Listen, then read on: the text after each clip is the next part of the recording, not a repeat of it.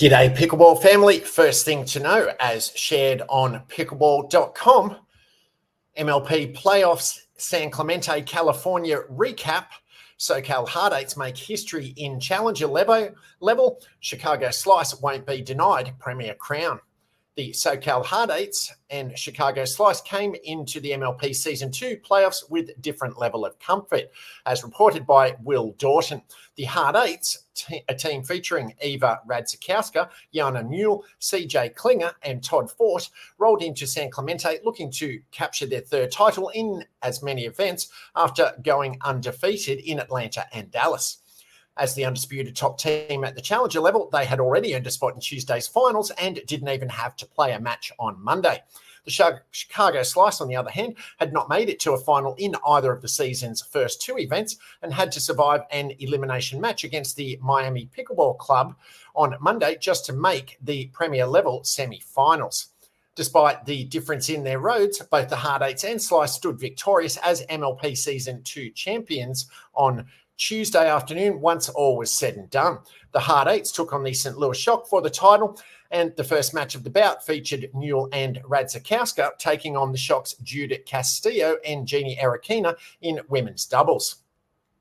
Both teams saved multiple match points in the tense affair, but Newell and Radzikowska came away with a 27-25 victory to give SoCal an advantage they wouldn't lose.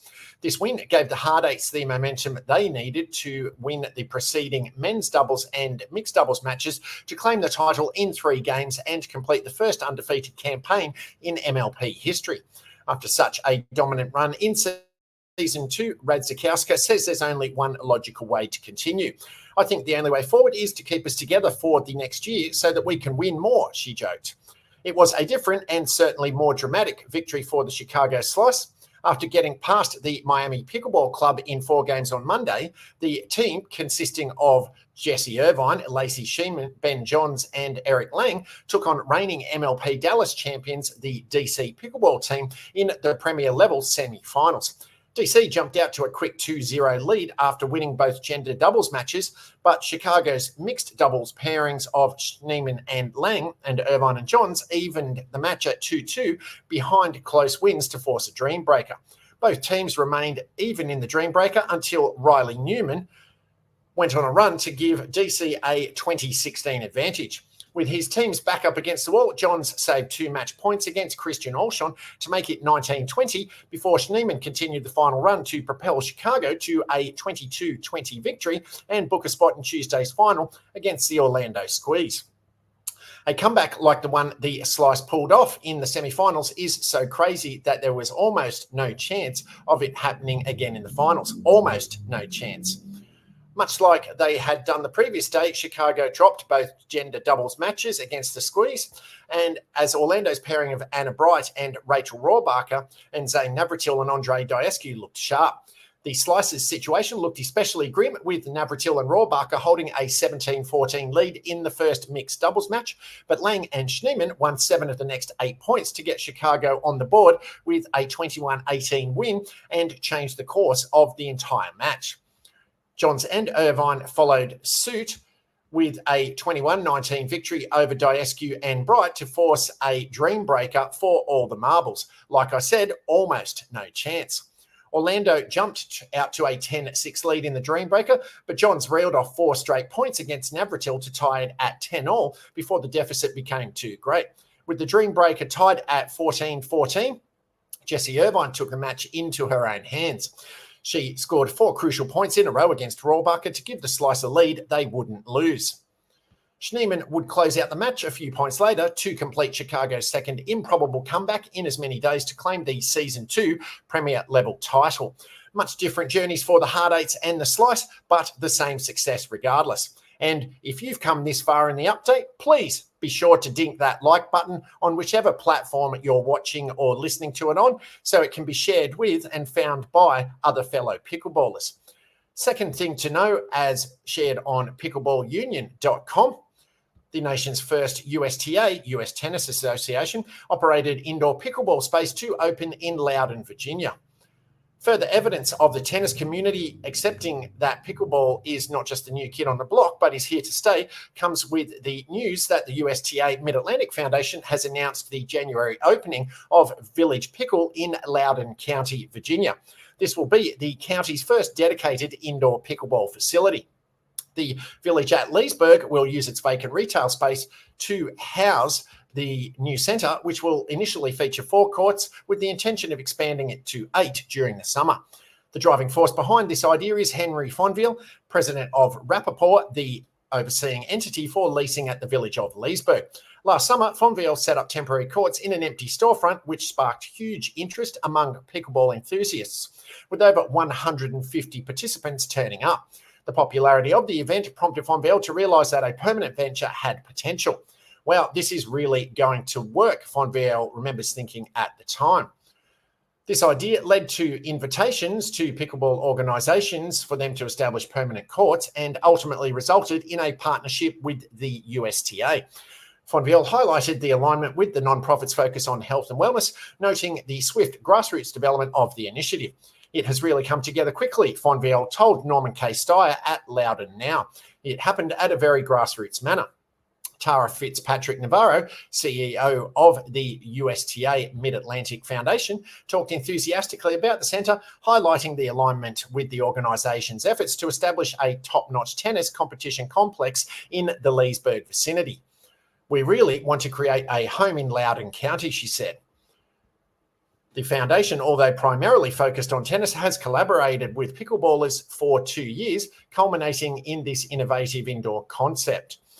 Fitzpatrick Navarro emphasised the mutual benefits of tennis and pickleball for seeing the nation's first USTA-operated indoor pickleball space. There is a lot of compliments to the two sports, she said, recognising the surge in pickleball's popularity and how it now attracts players of various ages and skill levels. Fitzpatrick Navarro also highlighted the sport's inclusive nature. She anticipates the Leesburg Centre will promote inclusivity, increasing its appeal to diverse demographics. This will be a welcoming place for all people, she said. Fonville said the location at the village of Leesburg, Virginia, with its bowling alley, movie theatre and trampoline centre, in addition to restaurant and bars, will provide the ideal combination of amenities to make the new USTA facility a success. He envisions ideal family scenarios. You can drop the kids at the movies, play pickleball, and then go out to dinner, he said. Scheduled to open in January, Village Pickle's opening hours are 7 a.m. to 9 p.m. daily, providing food and beverages at the Dell Food and Brew Hall. Third thing to know, as also shared on pickleballunion.com, Abilene Christian University hosts 24-hour pickleball tournament. The Abilene Christian University Pickleball Club of Abilene, Texas, served up a unique event last week with their 24-hour pickleball tournament, which took place from 3 p.m. Friday to 3 p.m. Saturday. This 24-hour event was the first one the club had organised, and participants engaged in matches across various brackets. Shelley Womack of the Big Country homepage reported that the marathon featured 104 players divided into 2 leagues of 2-person teams. Although it was a competition, the club president, Aspen Malone, emphasised that it was a friendly competition. The event even offered pickleball-themed craft activities for those who didn't want to compete, and attendees also had the chance to paint their own paddles. She added that the real fun of the night was being able to see so many students and friends come together and share in some light-hearted competition. It was also very come and go, so it made it easy for many more people to participate. I think it was just so much fun to see different circles of ACU and the community, all the different circles coming together, Malone said. The club offered hot cocoa, pizza and insomnia cookies to guests who attended. Santa made a seasonal photo opportunity appearance, and special twists to the format were introduced at the top of every hour. Malone stated that although the club has existed for some time, it has only recently gained more popularity. Students can take part in athletic events without feeling too pressured to perform, and this provides them with the opportunity to socialise with new friends and have fun in a truly unique way. This event isn't the first one ACU Pickleball has organised. The women of Tri Kappa Gamma hosted a pickleball fundraising tournament as recently as November 5. All proceeds from this event were directed towards Abilene Palm House, benefiting their sponsored Child Through Rwanda House named Joy.